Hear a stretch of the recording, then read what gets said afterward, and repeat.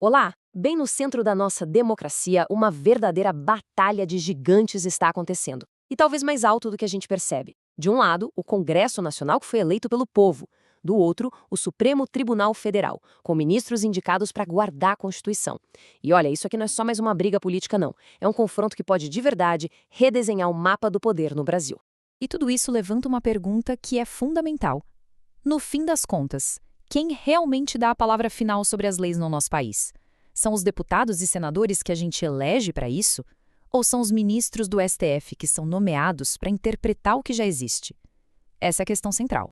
Para a gente conseguir entender essa queda de braço tão complexa, nós vamos mergulhar na raiz do conflito, entender a principal acusação contra o judiciário, analisar os casos que foram estopim de tudo, ver a reação dura do Congresso, claro, ouvir a defesa do STF e, por fim, a gente se pergunta: será que o nosso equilíbrio democrático está em risco? Bom, para começar, é muito importante entender que o que a gente está vendo não é um simples desacordo político do dia a dia, não mesmo. A gente está falando de uma disputa profunda sobre o papel e os limites de cada um dos poderes, aqueles limites que a própria Constituição desenhou. É o nosso sistema de freios e contrapesos sendo testado ao extremo.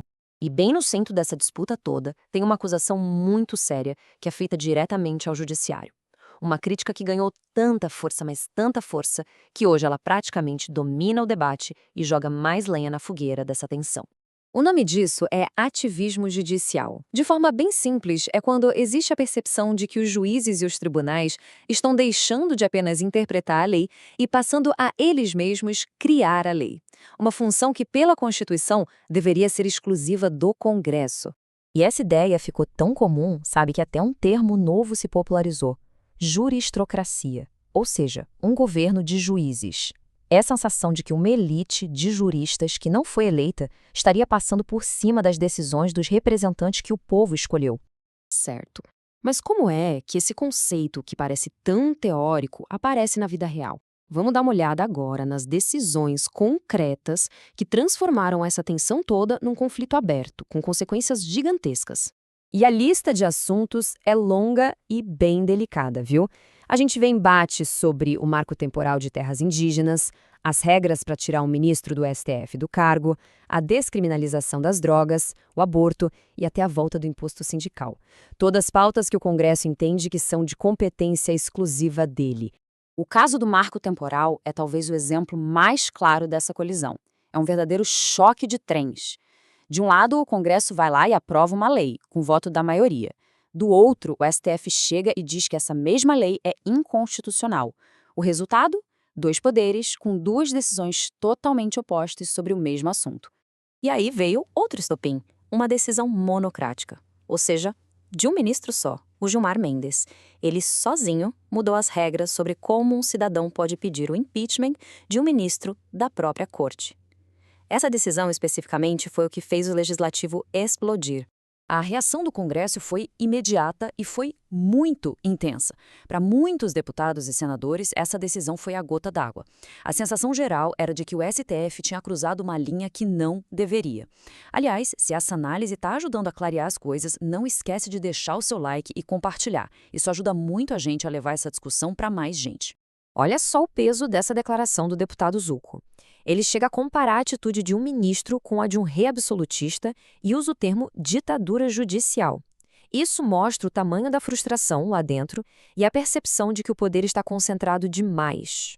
E não parou por aí. A fala do deputado Marcel Van Hatten mostra um sentimento de urgência, quase um grito de alerta. A ideia de que, se não houver uma reação firme, a própria existência do poder legislativo estaria ameaçada. E essa reação não ficou só no discurso, não. Parlamentares de vários partidos se uniram e partiram para obstrução. Na prática, eles paralisaram todas as votações na Câmara e no Senado. Foi um ato claro de protesto para mostrar insatisfação e tentar forçar um diálogo. A resposta mais forte do Congresso veio na forma de uma proposta de emenda à Constituição, uma PEC. Essa PEC tenta reverter a decisão do ministro Mendes e devolver ao Senado o poder sobre o impeachment dos ministros. É uma tentativa clara, preto no branco, de reequilibrar essa balança de poder. Ok, a gente viu o lado do Congresso que está reagindo com muita força. Mas e o Judiciário? Diante de tudo isso, como o Supremo e seus defensores justificam essas ações que causaram tanta polêmica?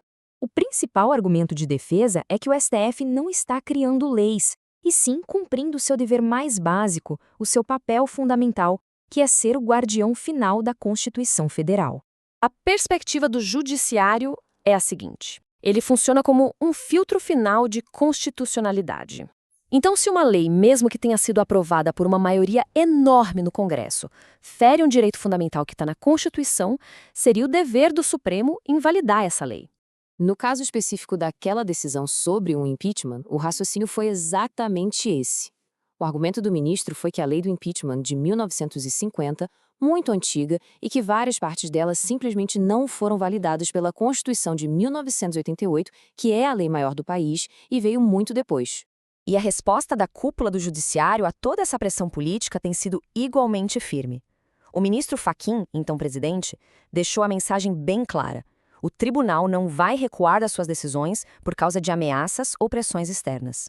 Pois é, esse verdadeiro cabo de guerra entre os poderes não parece ser uma crise passageira. E ele tem consequências muito profundas, que nos levam a uma reflexão sobre a saúde da nossa democracia hoje. O que a gente está vendo é mais do que só um drama político de Brasília. É um verdadeiro teste de estresse para toda a arquitetura da nossa democracia. Uma arquitetura que foi desenhada para que os poderes se controlem e não para que um domine o outro. E é com essa pergunta que a gente termina, a pergunta que paira sobre o futuro político do Brasil. Encontrar uma forma de restaurar o diálogo, o respeito e a harmonia entre os poderes é talvez o maior desafio que a nossa democracia enfrenta hoje. Se você quer continuar por dentro de análises como essa, não deixe de se inscrever aqui no canal Togas do Enigma. Um abraço e até a próxima.